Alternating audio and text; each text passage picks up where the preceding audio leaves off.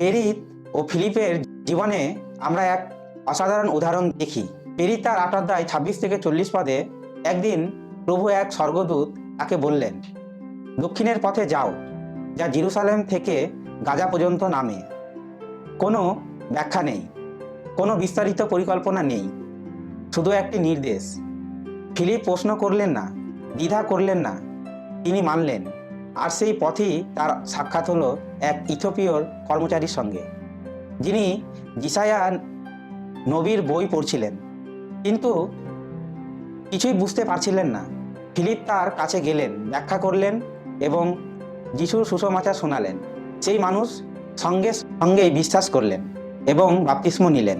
ভাবুন তো, যদি ফিলিপ সেই দিন নিজের যুক্তি আর চিন্তা অনুসরণ করতেন, তাহলে হয়তো এই মানুষটির জীবনের চিরন্তন পরিবর্তন আসতো না।